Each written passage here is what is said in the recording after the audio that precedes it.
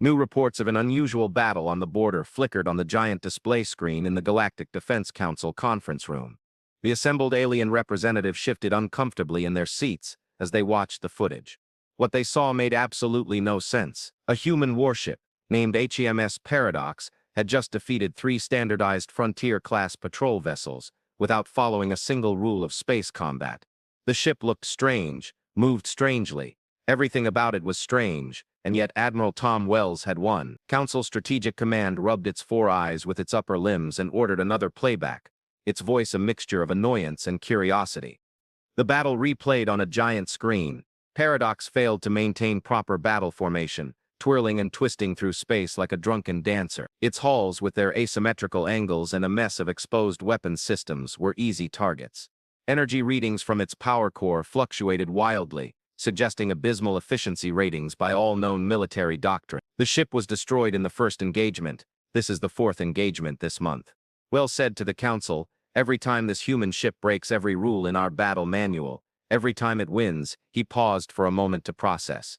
"We need answers from across the room." Council member Rex leaned forward, his scaly skin reflecting the light from his tactical display. "Have we confirmed the identity of that commander?" "Yes."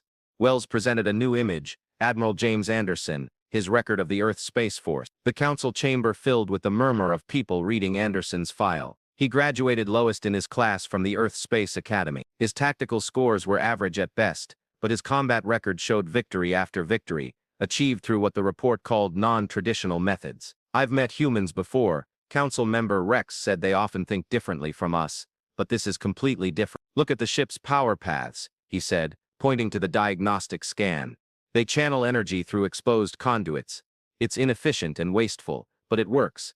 Wells, the questions were over. Why was the Council's attention now drawn to the new arrival? Commander Vex entered the room. His movements were precise and measured, just as the Council's top military analyst had expected.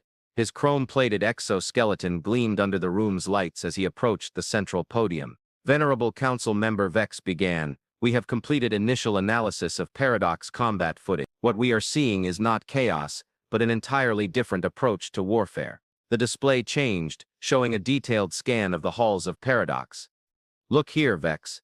He pointed to what appeared to be exposed weapon mounts. "These are not mistakes, they are intentional. All of the flaws we've identified serve a purpose we don't yet understand." Wells leaned forward to explain.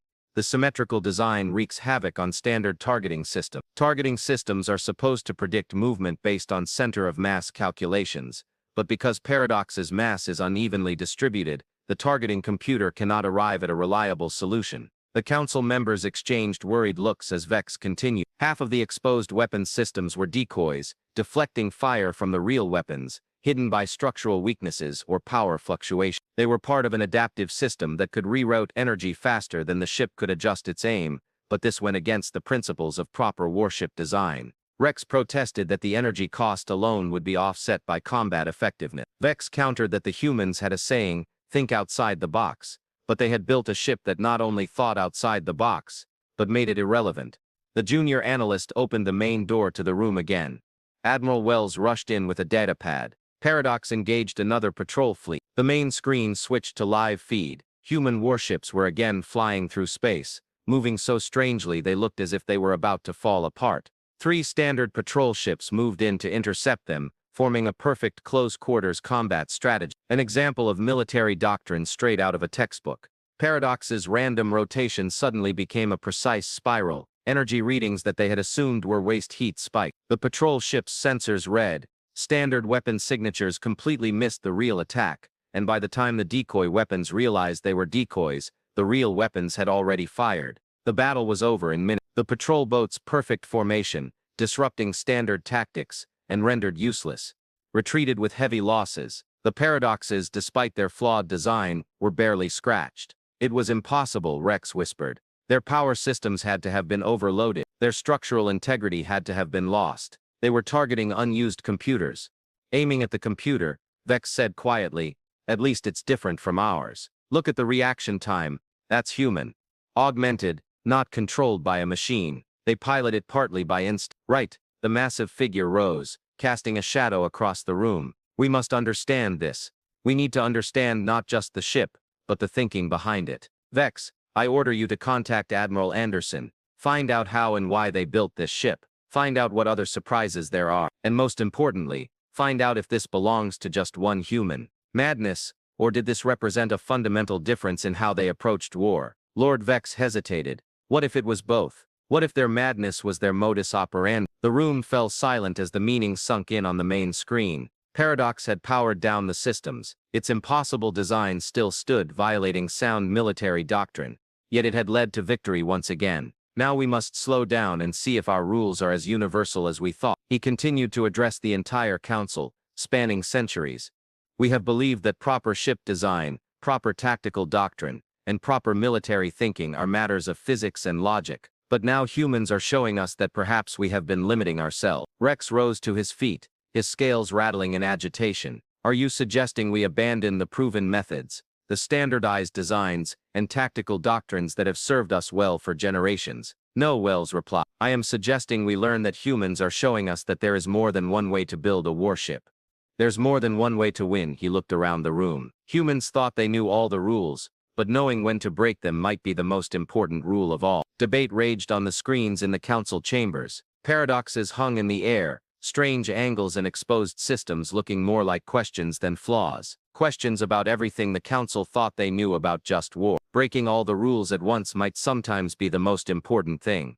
It was a brilliant strategy, and somewhere on that impossible ship, Admiral James Anderson was probably smiling, knowing that the best way to force people to question their assumptions was to destroy everything at once. Commander Vex stood in the docking bay of the HMS Paradox. His chrome exoskeleton reflected an unusual lighting pattern that seemed to pulse through the ship's internal workings. Everything about this ship was wrong, even the docking bay. It shook his understanding of proper starship design. The walls curved in a way that defied standard architectural design, and gravity felt slightly uneven. Two human guards led him through a randomly winding corridor. Their boots made different sounds on different parts of the floor, and Vex's sensors picked up subtle variations in the density of the metal. Nothing was standardized, nothing was uniform. His analytical circuits buzzed in confusion. Admiral Anderson will see you now, one of the guards said. They stopped at what appeared to be a blank wall, and a hidden door slid open with a soft thud. A whoosh was heard, revealing the strangest command center Vex had ever seen. The Paradox's bridge was circular,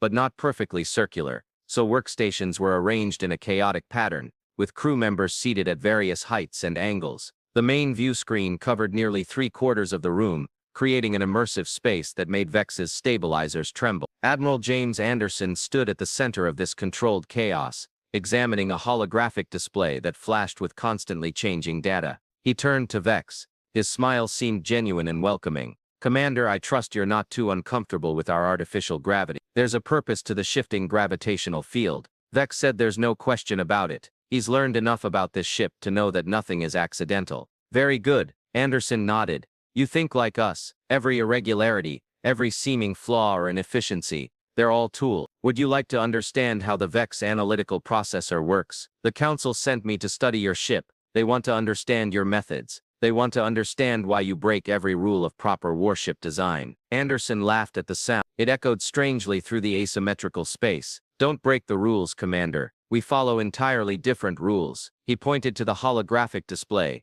Look at this standard military doctrine. The ship's power core must be perfectly stable, its output carefully controlled. We've decided to do something else. The display showed the Paradox's power distribution systems. Energy flowing through the ship, like water flowing through a stream, finding new paths, edges and currents. Some conduits pulsating with more power than they could handle. The others are mostly dormant. Your power systems are unstable. Vex observed that they should be overloaded within hours, but that's not the case. Anderson said that properly managed instability is more adaptive than stability, so that when damaged, power automatically finds new paths, flowing to where it's needed without the need for complex repair protocols. He waved his hand and the display changed to show the ship's hull. Look at our weapon mounts. Everyone said they should be protected, hidden behind armor. We've placed some of them just outside the decoys, Vex said. Some of it is combat totage, but not all of it. Some of it is both. Anderson grinned. Or neither. The point is, the enemy doesn't know which threats are real. They waste time and energy trying to figure out which ones are real. Meanwhile, our attack comes from a direction they never expected. An alarm went off. It wasn't the harsh sound they'd expected, but a complex pattern of sounds that seemed to convey more than just a simple alarm. The crew responded instantly, their movements smooth and practiced. A spatial anomaly was detected.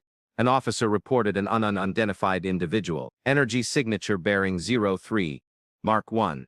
Anderson's expression grew serious, and the wraparound view screen displayed an image of a rift in space itself.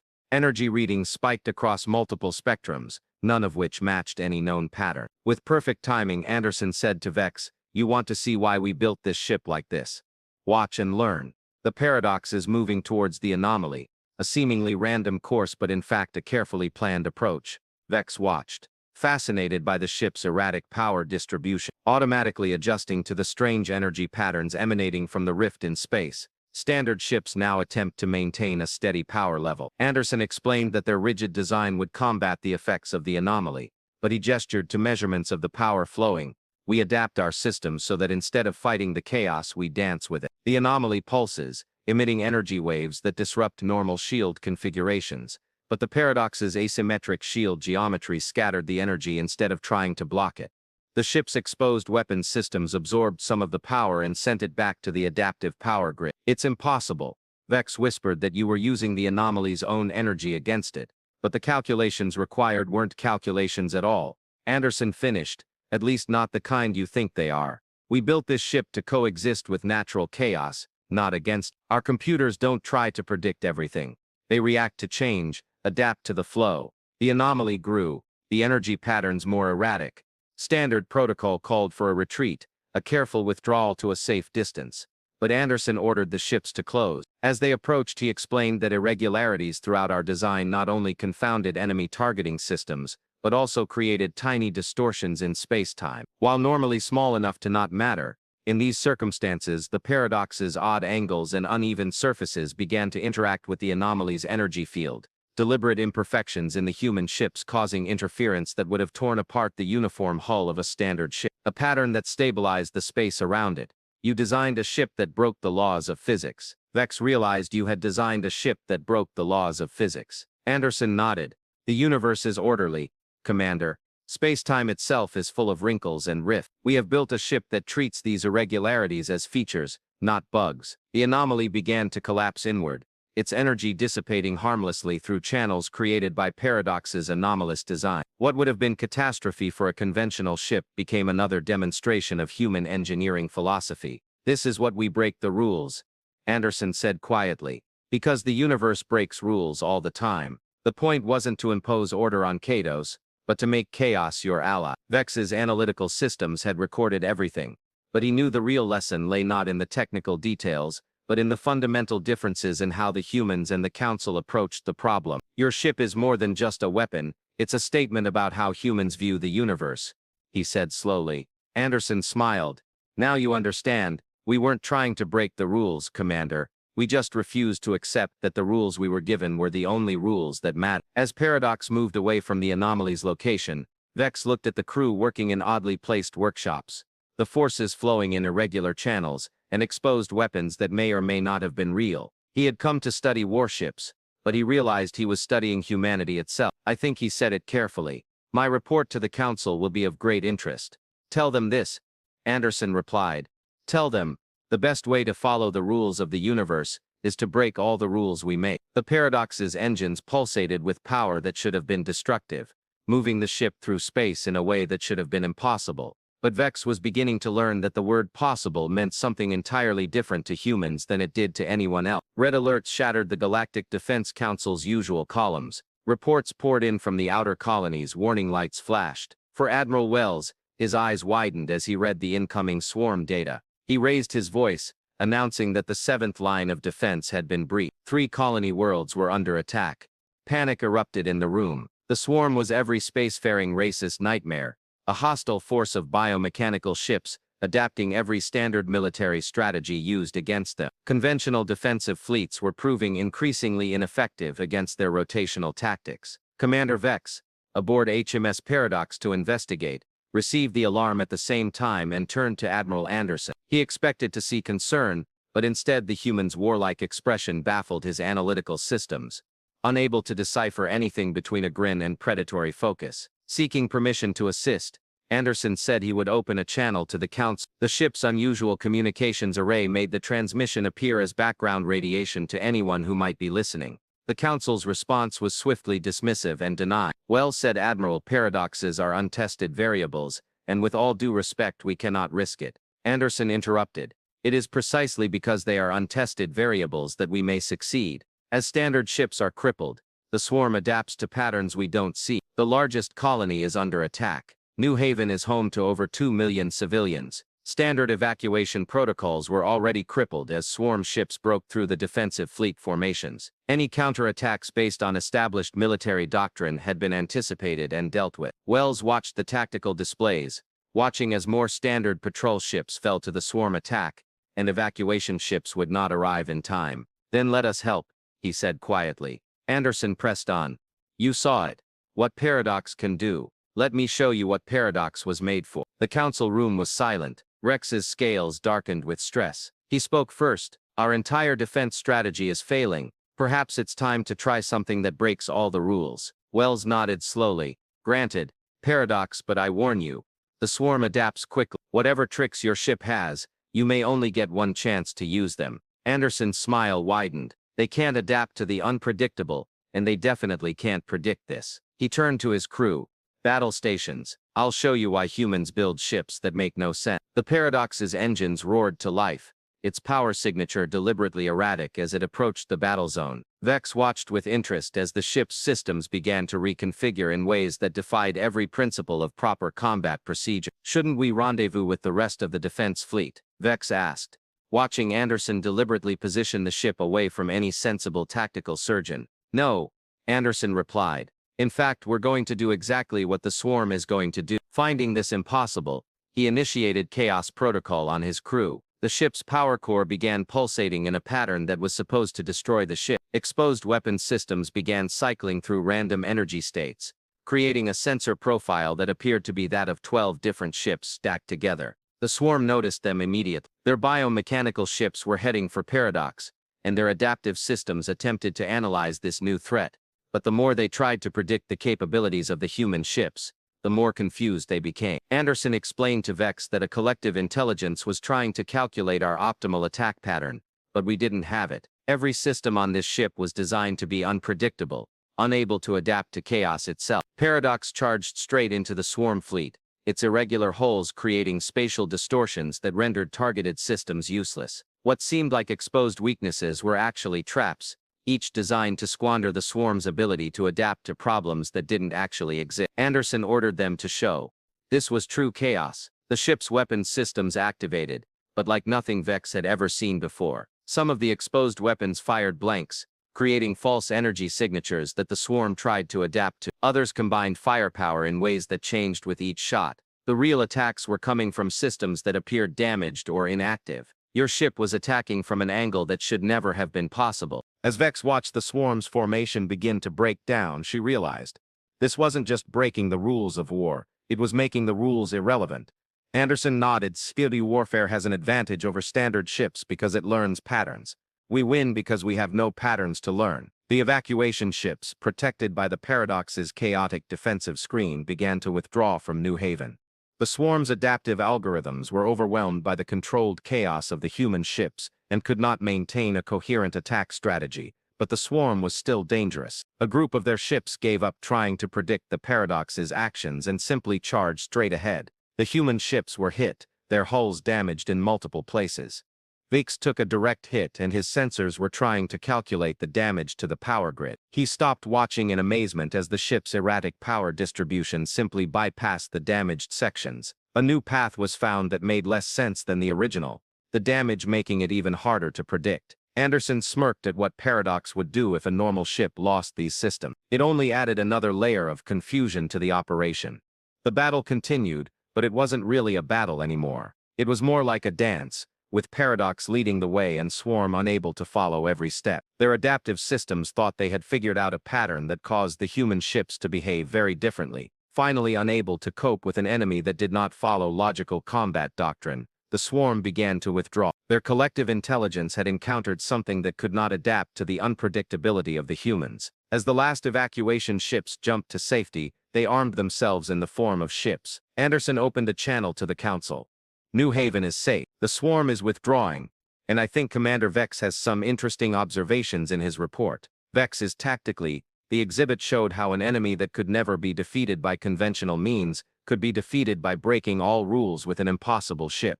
Yes, he said slowly. I think I understand now. Paradox isn't flawed. It's simply based on a principle that we've never thought would work before. Controlled chaos. Anderson agreed, turning unpredictability into an advantage. It's understanding that sometimes the best way to win isn't to play by the rules but to change the game entirely. That's the engine of Paradox. Pulsating with their characteristic erratic rhythm, they steered the ship back towards Council space. Behind them was a flood of swarms from the original enemy they could not categorize, analyze, or adapt to. They had evolved to counter every standard military strategy in the galaxy, but never to deal with humans. And now, as they read the casualty reports that somehow the ships had become more effective against the Vex rather than less, they wondered if maybe that had been the point all along. The best defense against adaptation was not a better pattern, but none at all. Repair crews crowded the halls of the Paradox, visibly confused as they attempted to follow its unusual maintenance procedure. 2 days had passed since the battle with the swarm, and the Council's technical teams were still trying to understand why damaged ships were actually performing better after the hits they had taken. Admiral Anderson stood with Commander Vex in one of the ship's irregular corridors, watching through viewports as the alien technicians attempted to repair what they thought was the battle. Should we tell them about the damage, that the dent was supposed to be there? Anderson asked in an amused voice. They won't believe it, Vex replied. His analytical systems had finally stopped trying to understand Paradox's design and started accepting it for what it was, just as they wouldn't believe my report without proof. Anderson nodded towards a nearby door. I'll show you the proof then. Now it's time to see the heart of our ship. The door slid open, revealing what should have been the main engineering bay, but Vex found herself in a space that defied every principle of starship design she had ever known. The power core wasn't a single unit, but a distributed network of smaller reactors operating at different power levels and frequencies. Welcome to the Chaos Engine, Anderson said proudly. The real reason our ship functions the way it does is that Vex's sensors gave up trying to map the flow of energy. Power moved through the system like water through a rapid, finding new paths, creating eddies and currents that should have been inefficient, but somehow producing more power than a standard drive core. Isn't it beautiful? Vex was surprised by the admitting he'd been completely wrong. All our standards are beautiful, but that's humanity in a word.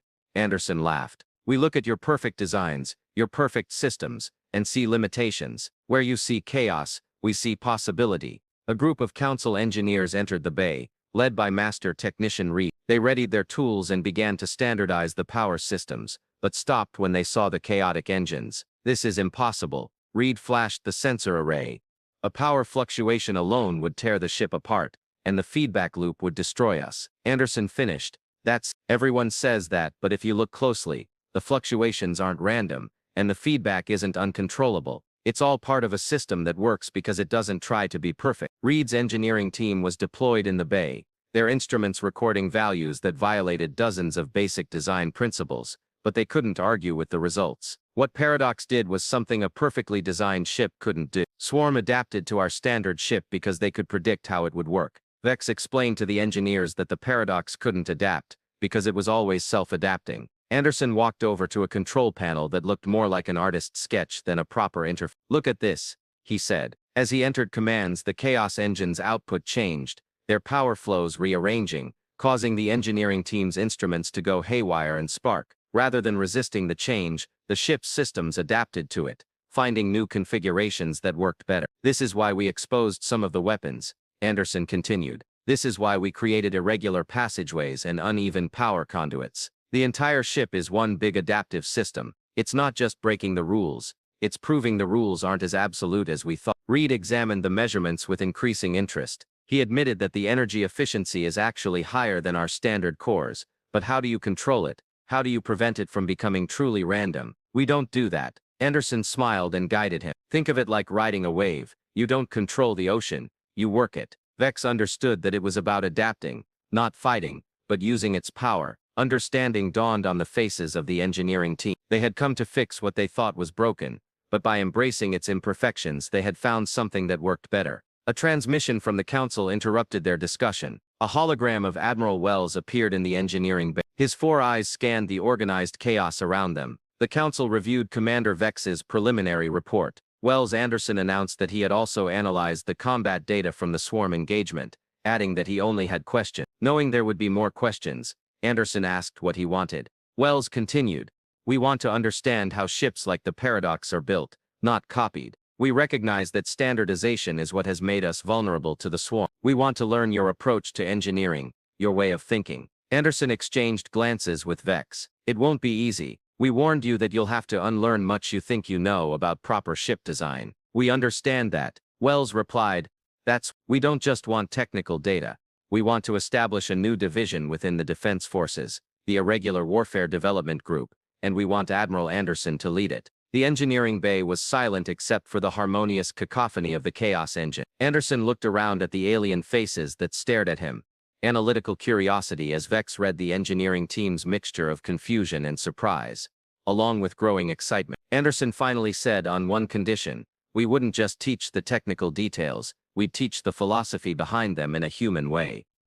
Wells nodded, agreeing to see problems and opportunities where others see flaws. "The swarm showed us the limitations of our standard approach. You showed us there's another way." He paused, choosing his words carefully. "Perhaps breaking all the rules at once isn't a valid strategy. Perhaps it's the next step in our evolution as a spacefaring species." As if to emphasize the point, the Chaos engines shifted their power flow again, somehow finding a new pattern that worked better than before. The engineering team's equipment tried to analyze the change but failed. "That's the true lesson of Paradox," Anderson said, seeing their reaction. "It's not just about building better warships, it's about understanding that perfection isn't always perfect, that chaos can be controlled without being contained. The best way to solve a problem is to accept everything that you think is wrong." The Vex's analytical system had finally given up trying to categorize what he was seeing, and instead he realized he was doing the very human thing of recognizing the beauty in imperfection.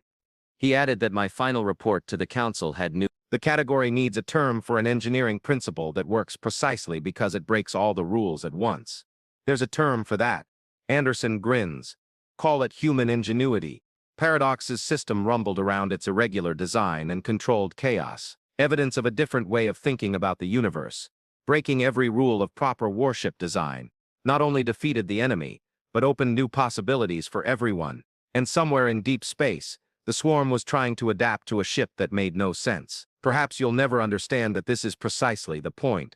Sometimes breaking all the rules wasn't just an option, it was the best option. 6 months had passed since the battle between Paradox and the swarm, and the main auditorium of the Galactic Defense Academy was filled with students of a dozen different species, all awaiting their new instructor. Commander Vex stood at the back of the room, his chrome exoskeleton reflecting the morning light, as Admiral Anderson walked forward. "Welcome to Advanced Irregular Engineering," Anderson began. An uncertain laughter spread through the crowd as they watched the eager faces, or as we like to call them, how they broke all the rules and got away with it, and it was unclear if he was joking or not. He wasn't. The main display screen lit up with images of Paradox, now the flagship of a newly formed irregular battle fleet, but she no longer existed in isolation. There were ships of different designs flying, each breaking traditional rules in their own way. Paradox was just the beginning. Anderson continued.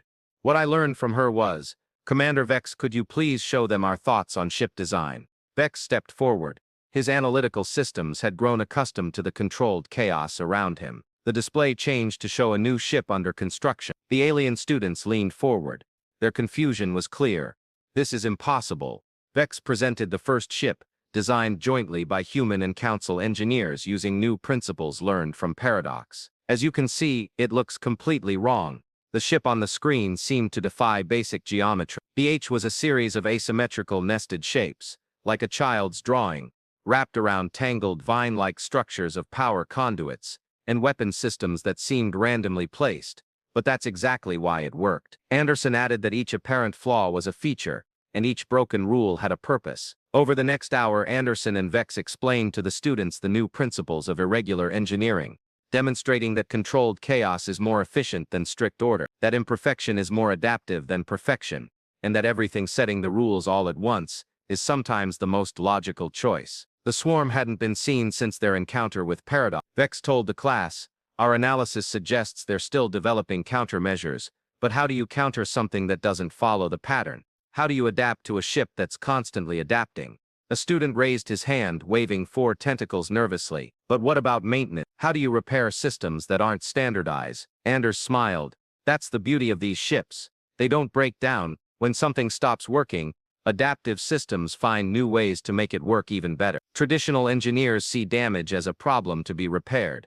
We see it as an opportunity for the ship to reinvent itself. A display showed footage of a recent test. The impossible lived up to its name, executing maneuvers that would have destroyed the ship. Its seemingly random design allowed it to perform moves that a standard ship wouldn't even attempt. Anderson continued that the real challenge wasn't learning the technology. It's about learning a different way of thinking, of seeing chaos not as an enemy to be controlled, but as a tool to use to understand that sometimes the best solutions are the ones that make the least sense. Another student spoke up, his scales shaking with excitement. Is it true that the Council plans to rebuild the entire defense fleet using these principles? Vex replied, not exactly, he said. We're not replacing standard ships, we're celebrating them. The lesson of paradox is not that conventional design is wrong, but there is room for both approaches. Sometimes you need perfect order, and sometimes you need perfect chaos. The trick is knowing which to use. Anderson walked among his students, seeing confusion on their faces,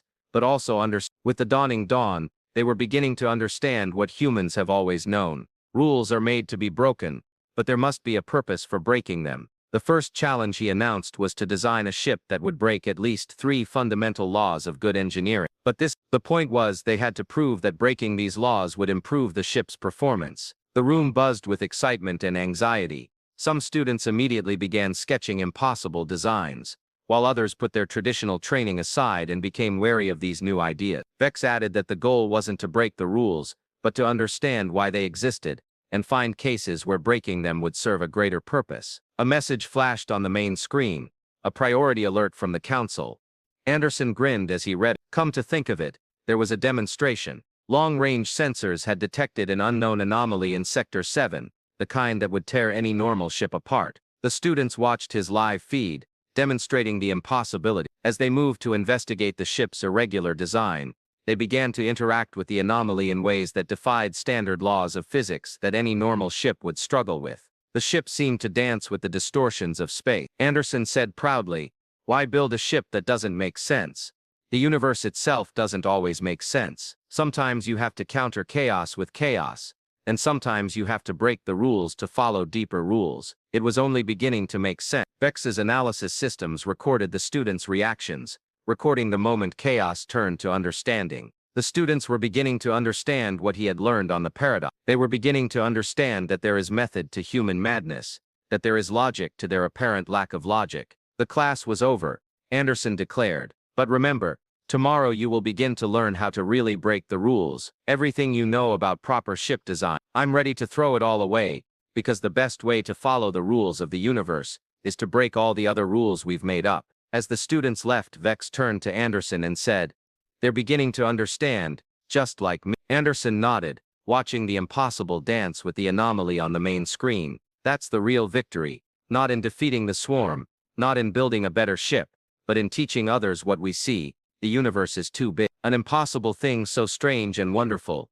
refusing to be bound by any rules we try to impose, had completed its mission. Its chaotic design had transformed a potential deadly threat into an opportunity for discovery. Like paradoxes before it, it proved that the best way to deal with an impossible situation is to build an impossible solution. And in the auditorium of the Galactic Defense Academy, a new generation of engineers was learning the most important lesson of them all. Rules were made to be broken, but only if breaking them proves that everything works better in the end.